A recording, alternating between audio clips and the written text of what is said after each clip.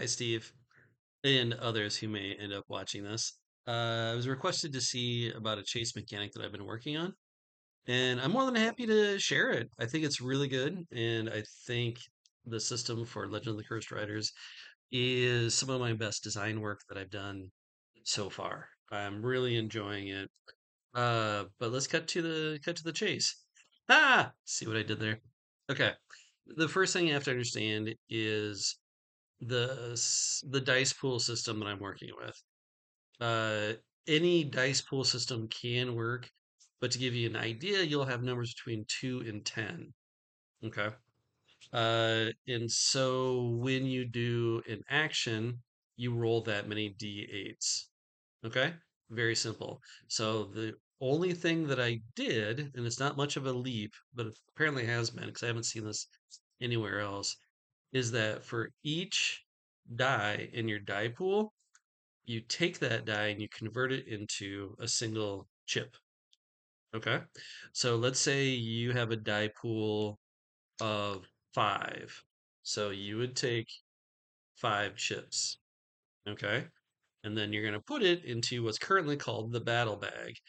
Terrible name. If anyone has any ideas, I'd love to hear it because I'm not going to go to publish with that name. And if I do, I'm going to feel bad about myself. Okay. So in this instance, what we are doing is that we are trying to do a chase scene. Okay. So let's say your character has decided to do an action. And it's like, all right, cool. It's going to be, and it's a five dice pool. All right. So you've taken those out. That's the action you're going to do. Someone else in the group is like, well, I'm going to do something, but it's a dice pool of like four. Like, okay, not a problem. And then finally, I have my bad guys. And let's say I have a dice pool of five. Like that's how fast they are or sneaky or whatever. That's just my dice pool that I have as the bad guys. Okay. So before the chase begins, the GM will decide how many wins. It's a The idea is that for a chase is that it is a group win or loss. Okay. You're going to add up everything to try and win together as a group or you lose as a group. So each round, there's a winner and a loser. It's either going to be the party, the, the players, or it's going to be the GM, the bad guys, right? So let's say we're going to do a 2-win race. Okay. That means first group that wins twice wins the chase. Let's say in this example, the players are chasing the bad guys. Uh, that is the very simplest part. All right, so now here it is. It's going to be divided. The chase is going to be divided into two parts.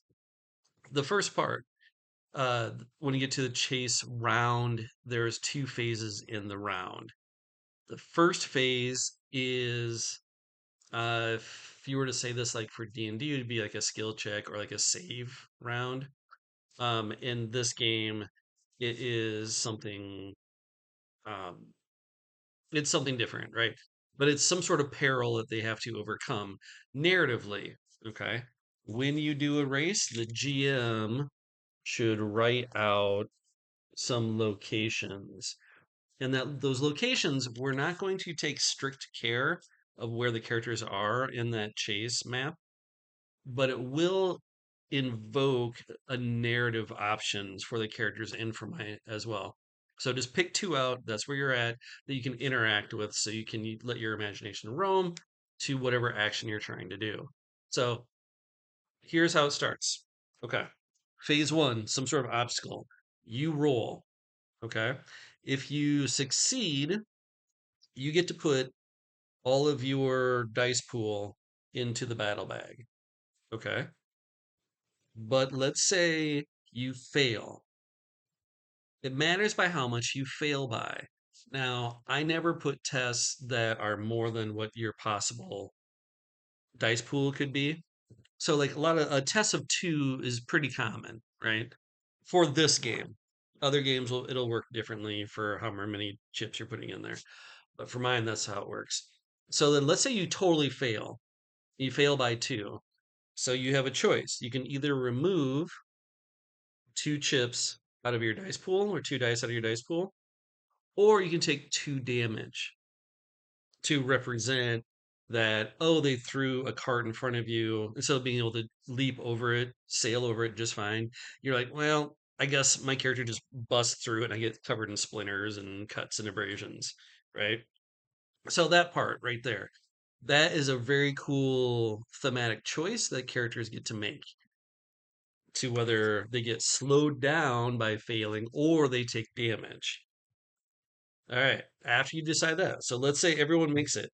Now, what we're going to do, and this is the basis of what's called the battle bag right now, and we use this for this game, we'll use it for fighting and other things like this. We're going to take all the chips, put them into the bag, shake it around, shooka, shooka, shooka, shooka. All right. And then we do what's called the deal. So we're in the second phase of the chase round. All right. Now, when you use the battle bag, you start off with the deal. And the deal is you pull out one chip per participant plus two. So there's three participants. Oh boy. And they're all the bad guys. Yikes. One of the players and the other player. All right. So right now, I pulled out three chips because there's three participants plus two. So this is what everyone sees in front of them. The adversaries always have an advantage. Okay. But the players have abilities in meta points they can spend to do better. All right. So we've done the deal. We've got three, and each of the players has one and one. Now, as the players, you can choose, do you want to do your action now, or do you want to push your luck? If you do your action now, you roll as many dice that you've pulled from your dice pool. So let's say the yellow chip, the House Lannister here, chooses to take their action. Well, okay. They're going to roll one die and they'll either get a success or get a fail from that one die. And that's their turn. So then every time I pull another Lannister chip out of here, it doesn't do anything. Now, by each of them pulled only one, they're probably going to want to go for it. So this is where it gets really exciting. Okay. So right now, the bad guys have got three chips. The good guys have one each. All right. Now I go back to the bag. I take this chip, which is the bust chip, put it in the bag. Now we shake it up. And now I pull out one chip at a time. We're going to walk through it. All right. I pulled the yellow chip. So now the Lannister player has two chips. They have two in their dice pool. They can either push their luck or go. Now they know that they put five chips in there, that they could max out their dice pool. It's like, well, I'm going to push my luck. All right, cool. All right.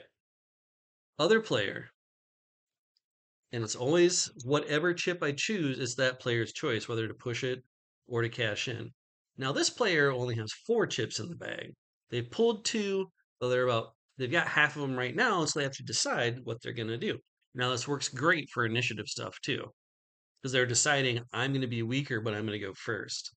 Let's say they're not happy with that either. You can feel the tension already rising. Lannister player has three dice in their dice pool. They're saying, "Yep, I'm cashing out. I'm doing it." So then they'd roll their dice. Let's say they get two successes out of their three dice rolls, and then okay, so they're like, "All right, I'm happy with that. I have two successes." All right, so now we're gonna keep pulling. Oh, the blue guy got another chip. They're gonna push their luck. Bust. I pull the bust. All right. So what happens to this dude over here? They had they had pulled three chips. They have three to their dice pool. Well, guess what? They don't get to do anything. They pass on their opportunity to do something. So they are done. The bad guys always get what they've pulled left over. So they got three successes versus the two successes that this guy got. The bad guys win that round. And then we start all over at the top of the round. So now we've moved to a new location that then we narratively say what kind of obstacles or whatever to get over. Do that again, and then go back to the battle bag. Right now, the bad guys are ahead by one. And you keep going until one of the groups gets two successes. That's it. That's the battle bag. And the chase, it's awesome.